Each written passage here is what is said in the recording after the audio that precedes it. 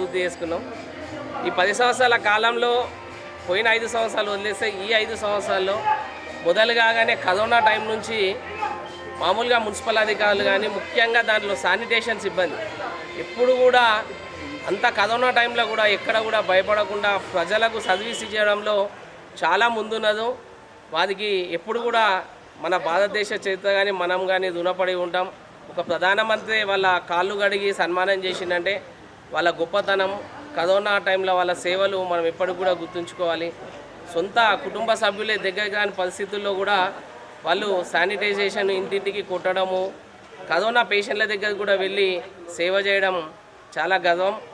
ఆ సందర్భంగా వారికి ఈ 5 సంవత్సరాల పీరియడ్లో వారు ఇచ్చిన సేవలకు వారికి సన్మానం చేద్దామని కార్యక్రమం పెట్టుకోవడం జరిగింది. రిపబ్లిక్ డే సందర్భంగా వారికి సన్మానం చేద్దామని ఇప్పుడు వాళ్ళు ఒక్కొక్కరికి పిలిచి సన్మానం చేయడం జరుగుతుంది.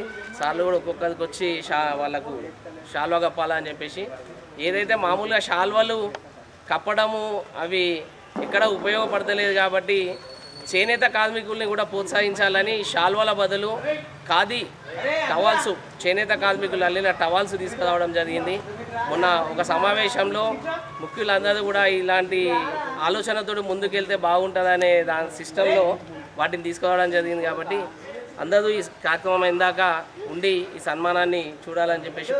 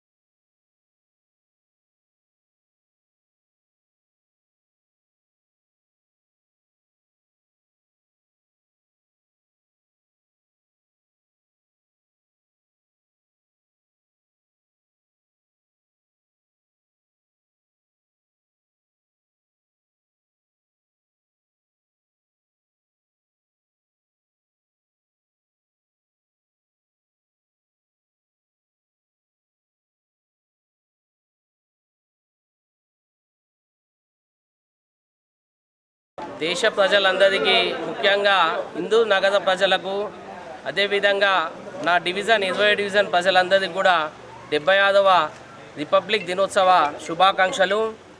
ఏదైతే భారతదేశానికి స్వతంత్రం వచ్చిన తర్వాత బ్రిటిష్ రాజ్యాంగం అమల్లో ఏదైతే ఉందో బ్రిటిష్ రాజ్యాంగం కాకుండా మనకంటూ మన దేశానికి సొంత రాజ్యాంగం రచించాలని చెప్పేసి అప్పటి స్వతంత్ర సమరయోధులు అంబేద్కర్ గారిని భారత రాజ్యాంగ రచయితగా ఎన్నుకోబడి అంబేద్కర్ గారు ప్రపంచ దేశాల్లో ఉన్న రాజ్యాంగాలన్నీ కూడా క్షుణ్ణంగా పరిశీలించి ప్రపంచంలోకి వెళ్ళే గొప్పదైన లిఖితపూర్వకమైన పెద్ద రాజ్యాంగాన్ని ఈరోజు మనకు దేశానికి ఇవ్వడం జరిగింది.